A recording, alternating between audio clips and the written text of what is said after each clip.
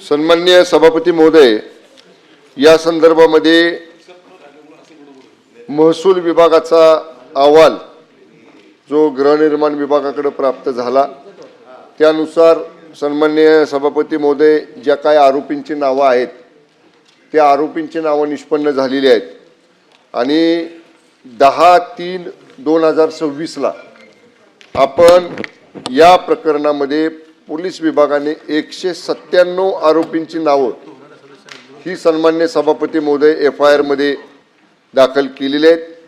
8-10 दिवसापूर्वीच FIR दाखल झालेला आहे। या प्रश्नाचं ब्रीफिंग घेताना मी पोलीस आयुक्त नाशिक यांच्याशी बोललेलो आहे।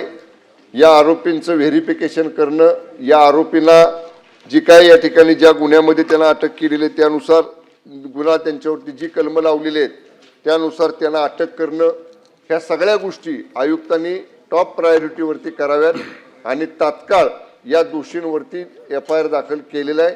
गुन्ह्याचा तपास चालू आहे। ज्या ज्या पद्धतीने तपास पुढे जाईल त्याप्रमाणे याच्यावरती पुढची कारवाई आम्ही करू। 197 आरोपींची नावे निष्पन्न झालेली आहेत। ABP माझा, उघडा डोळे बघा नीट।